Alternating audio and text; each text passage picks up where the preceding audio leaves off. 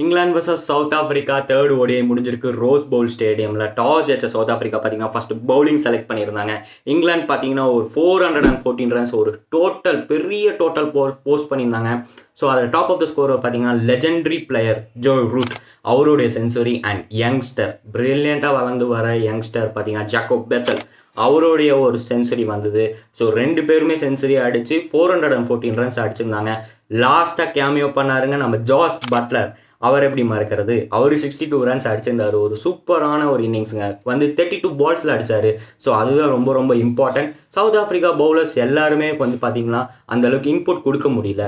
So chase செய்ய வந்த south Africa பார்த்தீங்கன்னா ஒரு நல்ல ஒரு கான்ஃபிடென்ட்டோடு இறங்கினாலும் அண்ட் நம்ம இங்கிலாண்டோட பவுலிங் யூனிட் பிரமாதமான ஒரு பவுலர்ஸ். ஜோஃப்ரா ஆர்ச்சர் பார்த்தீங்கன்னா ஒரு பிரில்லியண்டாக 4 விக்கெட்ஸ் எடுத்திருந்தார். அவருடைய கம்பேக் ஜோஃப்ரா ஆர்ச்சருடைய கம்பேக் வந்துருச்சு.